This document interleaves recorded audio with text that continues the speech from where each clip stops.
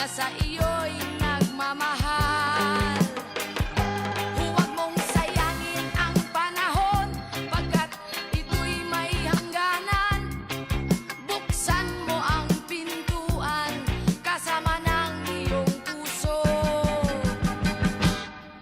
Tinangay na ng hangin ang masamang panaginip, kaya't bigyan mo ng puwang ang puso mong nalulumbay.